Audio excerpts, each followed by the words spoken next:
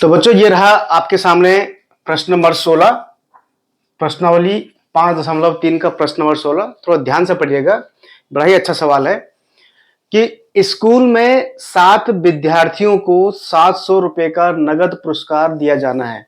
7 विद्यार्थी हैं, उनको 700 रुपए का नगद पुरस्कार दिया जाना है। लेकिन अब ये मत देखिएगा कि 7 विद्यार्थी हैं और 700 देने तो प्रत्येक को 100 रुपए आएंगे। नहीं, ऐसा कहीं नहीं लिखा हो कि प्रत्येक को बराबर देना है। सबसे पहली बात तो ये अपने दिमाग से उतार दीजिए। 700 रुपए का नगद पुरस्कार दिया जाना है यदि प्रत्येक पुरस्कार अपने से ठीक पहले वाले पुरस्कार से 20 रुपए कम हो तो प्रत्येक पुरस्कार का मान ज्ञात कीजिए। थोड़ा ध्यान समझिए सवाल को, इसको मैं थोड़ा दूसरे तरीके से करने की कोशिश कर रहा हूं। प्रत्येक पुरस्कार अपने से पहले पुरस्कार से 20 रुपए कम हो तो प्रत्येक पुरस्कार का मान ज्ञात कीजिए। तो पहला बच्चा, दूसरा बच्चा, तीसरा, चौथा, पांचवा करके 7 बच्चे बैठे हुए हैं और उनको जो है 700 रुपए हमने उन बच्चों में बांटने हैं। 700 रुपए बांटने, बराबर बांटने, ये कहीं नहीं लिखा हुआ कि 100 सबको आएंगे। ठीक है, तो अब इस पर कंडीशन ये है कि पहला जो भी पुरस्कार है वो ठीक अपने से पहले से कितना 20 रुपए कम है। यानी कि अगर मैं बात करूं, अगर ये माना ये पहला स्टूडेंट है, ये दूसरा स्टूडेंट है, ये तीसरा है, इस ढंग से चौथा, पांचवा, छठवां और ये 7वां स्टूडेंट है। अब इसका जो भी पुरस्कार होगा, मानो कुछ भी पुरस्कार इसका है, माना n इसका पुरस्कार है, तो ये जो n पुरस्कार है वो इससे 20 रुपए कम है। समझ आ रहा ना। अब मान लो मैं ये बोलता हूं कि माना इसका पुरस्कार, सपोज मैं माना इसका पुरस्कार आया 200 रुपए, इसका 200 रुपए, तो ये दूसरे का जो पुरस्कार आएगा वो 20 रुपए कम होगा, यानी कि ये होगा आपका 180 रुपए। फिर ये तीसरा वाला और 20 कम होगा, यानी कि 160 रुपए। फिर इस ढंग से 140, 120, इस ढंग से चलता रहेगा। तो ये कंडीशन ये बोला कि जो दूसरा वाला, मतलब प्रत्येक जो दूसरा वाला जो पुरस्कार है वो पहले वाले पुरस्कार से कितना है 20 रुपए कम हो तो प्रत्येक पुरस्कार का मान ज्ञात कीजिए। ये तो मैंने ऐसे एग्जांपल दिया, ये है नहीं यहाँ पर ऐसा। ठीक है, ध्यान रखना। तो अब मैं ये मान के चल रहा हूं कि मान लो कि पहले वाले बच्चे का पुरस्कार जो वो माना x में मान लेता हूं। कितना मान लेता हूं मैं? x मान लेता हूं। थोड़ा ध्यान से सुनिएगा बेटा, आप ये x है तो दूसरे का जो पुरस्कार है वो कितना हो जाएगा? वो इस पुरस्कार से 20 रुपए कम है, बोला था ना उसने। तो यानी कि ये आपको हो जाएगा x माइनस 20। ध्यान सुनिएगा। और जो तीसरे का जो पुरस्कार होगा वो क्या होगा? x माइनस 20 में और 20 कम हो जाएगा,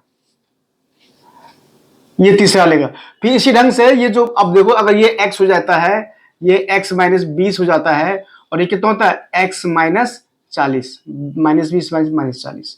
ठीक है, और फिर जो चौथे वाले का जो पुरस्कार होगा इसमें 20 और कम होगा, यानी कि होगा x माइनस 40 में माइनस 20 और हम ऐड कर देंगे तो होगा माइनस 40 और माइनस 20 कितना हो गया? माइनस 60। इस ढंग से। ठीक है, तो इस ढंग से ये आगे चलता रहेगा कहां तक? 7 पदों तक। कहां से चलेगा? 7 पदों तक। ये मतलब आपने यहां पर क्या किया? यहां पर थोड़ा सीरीज बना दिया, अपनी श्रेणी बना दी। x minus 20, x minus 40, x minus 60 और करते करते कहां तक? 7 पदों तक। 7वें वाले स्टूडेंट का पुरस्कार कितना है वो हमें अभी पता नहीं है, वो हम बाद में निकाल लेंगे। लेकिन पहले अभी हमने यहाँ पर एक सीरीज हमने बना ली। ये जो एक समांतर श्रेणी हमारे पास है, यह क्या है? एक समांतर श्रेणी है। ये क्या है? समांतर श्रेणी है जिसका 7 पदों का योग, 7 पदों का योग कितना है? 700 है। कंफ्यूज होने की जरूरत नहीं बच्चों। यह समांतर श्रेणी, इनके इन 7 पदों का योग कितना है? 700। अब 7 पद कौन से हैं? पुरस्कार हैं। पहला पुरस्कार, द्वितीय पुरस्कार, तृतीय, चतुर्थ, पंचम, षष्टम। ठीक है, तो इन सारे पुरस्कारों का योग कितना है? 700 रुपए। बोल तो रहा है कि 700 रुपए हमने इन स्टूडेंट में बांटना है। तो जो हम बांटेंगे उन सबको जोड़ेंगे तो 700 रुपए तो आएगा। तो यानी कि इन सभी पदों का योग कितना है? 700 रुपए, यानी कि 700 है। तो इसका मतलब कि इस समांतर श्रेणी के 7 पदों का योग कितना है? 700 है। तो इसका मतलब क्या है कि 7 पदों का योग, 7 पदों का योग का फॉर्मूला क्या हो जाएगा? S7 बट्टे बराबर 7/2 और फॉर्मूला पता 2a plus n minus 1 into D. देखो इस समांतर श्रेणी का डी निकालो। समांतर श्रेणी का सार्व अंतर क्या होगा? डी। तो डी कैसे निकलता है आपको पता है?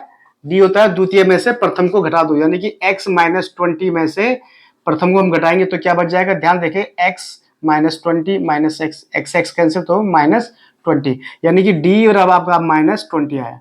तो यानी कि इस वाली श्रेणी का जो सार्वंतर वो कितना डी है। तो इस प्रकार से क्या हो जाएगा, S7 बराबर जाएगा 7/2 इंटू 2 इंटू ए, यानी कि x प्रथम पद x, ठीक है, प्लस 7 माइनस 1 इंटू 6 मतलब बराबर 6 और इंटू डी, डी कितना -20, कितना है -20 को थोड़ा सही सॉल्व करेंगे तो यह आएगा आपका 7/2, यह आएगा आपका 2x और ये 6 दूनी 12 -120। यहां तो उम्मीद है सबको समझ में आ रहा हो।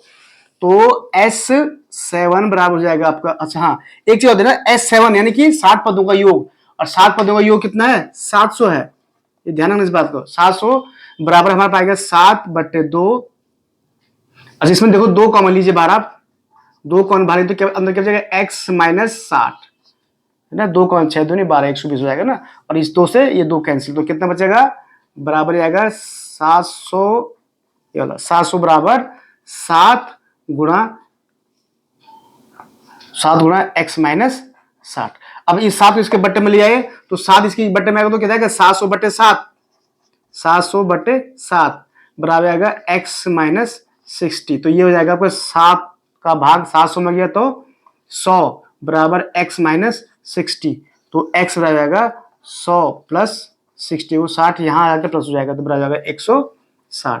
तो कुल मिला के x बराबर आया 160, और x क्या है ध्यान दीजिए, x क्या आपका, x है पहले वाले स्टूडेंट का पुरस्कार, यानी कि पहले स्टूडेंट को जो पुरस्कार मिलेगा वो मिलेगा 160 रुपए।